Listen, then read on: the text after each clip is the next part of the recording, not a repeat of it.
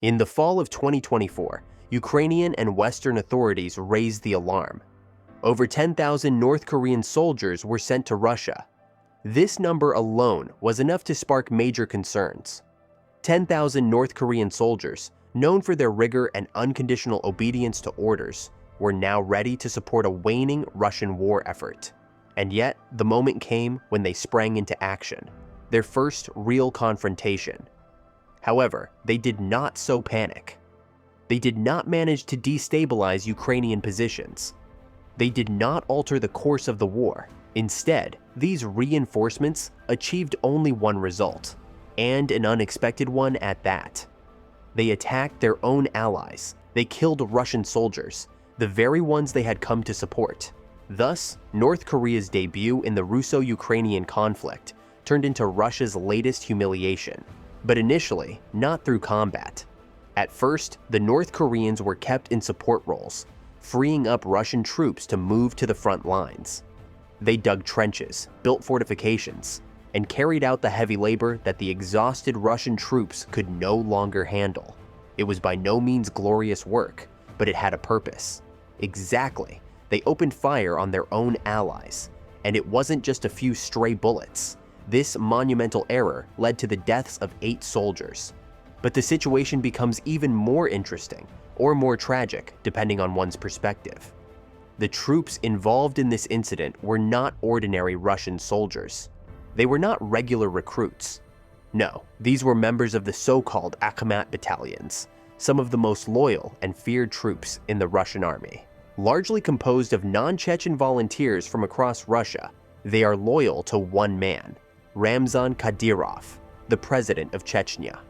Kadyrov, in turn, is one of Vladimir Putin's most devoted allies. Under Kadyrov's iron-fisted leadership, this private army has been deployed to various hotspots of Russia's wars, from Syria to Ukraine. Kadyrov would preserve Russia's presence intact.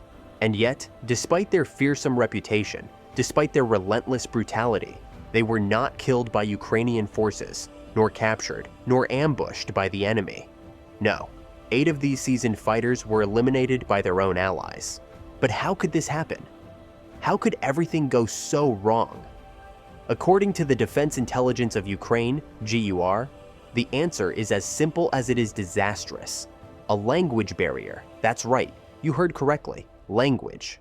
A detail you don't consider until you're in a war zone trying to survive, and your comrades can't understand a single word you're shouting.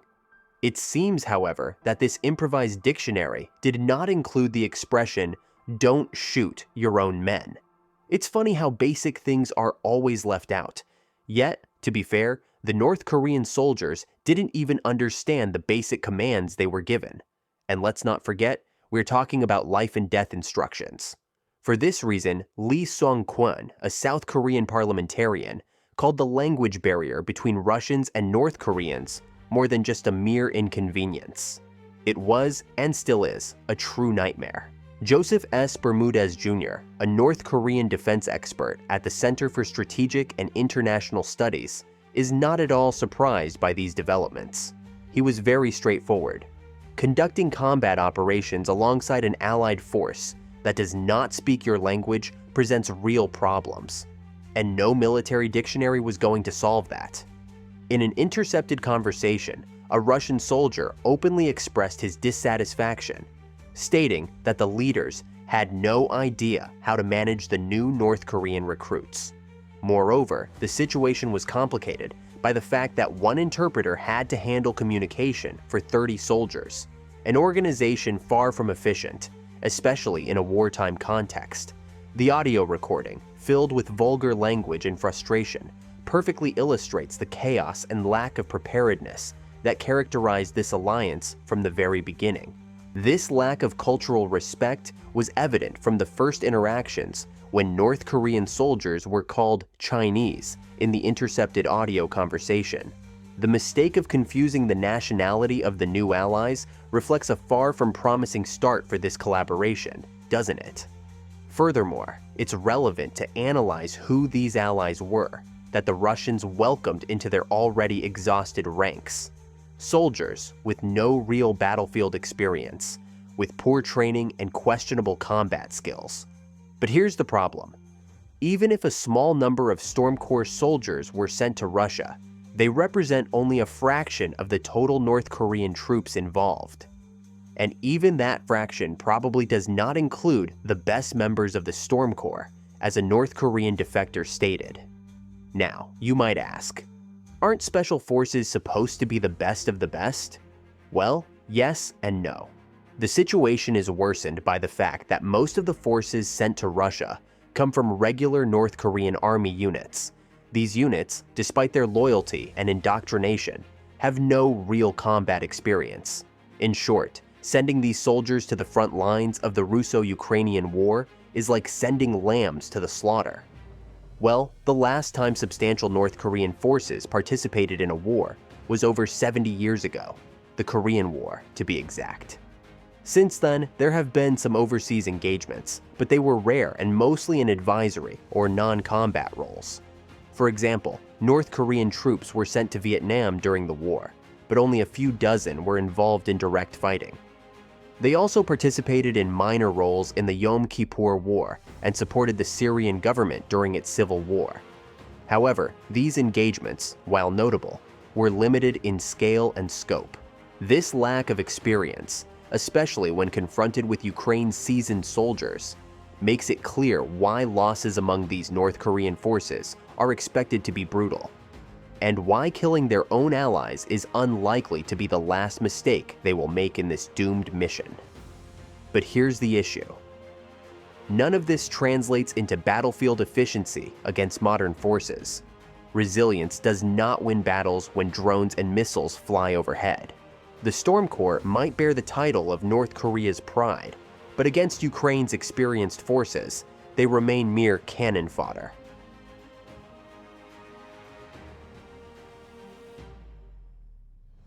Now, let's talk about what Russia tried to do to fix this situation. It's simple. They tried to train them. Russian military bases in eastern Russia, from Ussurisk to Khabarovsk Krai, became training grounds. Russian soldiers spent weeks with the North Koreans, trying to prepare them for Russian systems and the Ukrainian battlefield. And the real problem? The Russian army itself is not capable of providing proper training. Insufficient training and lack of familiarity with equipment. This technological mismatch is emblematic of the broader challenges these soldiers face. On modern battlefields, where technology often determines outcomes, their inability to effectively use advanced equipment, such as drones, amplifies their vulnerability. As a result, they are relegated to secondary roles, being protected by drones instead of operating them themselves. The deployment of North Korean soldiers highlights the fact that they are considered expendable in Russia's broader war strategy. Treated as mere shields to protect Russian forces from losses, these soldiers bear the brunt of the conflict. Reports of heavy casualties. Over 200 confirmed dead by mid-December, along with dozens wounded, underscore their grim reality. Ukrainian President Volodymyr Zelensky even accused Russia of burning the bodies of dead North Korean soldiers to hide the extent of the losses, a chilling testament to the disregard for their humanity. Geopolitical pawns. Despite indoctrination and physical resilience, North Korean soldiers face far better prepared and equipped adversaries. The rapidly evolving modern battlefield exposes their weaknesses, leaving them easy targets for Ukrainian forces. With reports of increasing daily losses and limited improvements in their battlefield effectiveness, the future of North Korean forces in this war looks bleak. The Kremlin's indifference to their fate guarantees that these soldiers will continue to suffer heavy losses, serving only as disposable tools in a conflict fueled by Putin's geopolitical ambitions. This final paragraph illustrates a grim yet fascinating conclusion about the tense dynamics between North Korean and Russian troops. If the death of Russian soldiers in an apparent friendly fire incident is interpreted as an intentional act, it opens up disturbing possibilities about the state of relations between the Allies. Possible hypotheses: incompetence or intentional message. Incompetence as the main factor. Given the lack of proper training, severe language barriers, and the general chaos of the alliance, it's reasonable to assume that the incident simply reflects the low preparedness level of North Korean troops. Unprepared for the complexity of the modern battlefield, they made a fatal mistake: the fragile alliance, an imminent explosion. In an already strained alliance, such incidents can reveal the cracks in the Russo-North Korean relationship. If North Korean soldiers feel they are being disproportionately sacrificed and treated with contempt, resentment could escalate, and this kind of message could become more frequent. In any case, what is clear is that this alliance, built out of necessity rather than mutual trust, has little chance of long-term survival. If incidents like these continue, they will contribute not only to human losses, but also to a rapid deterioration of relations between the two states.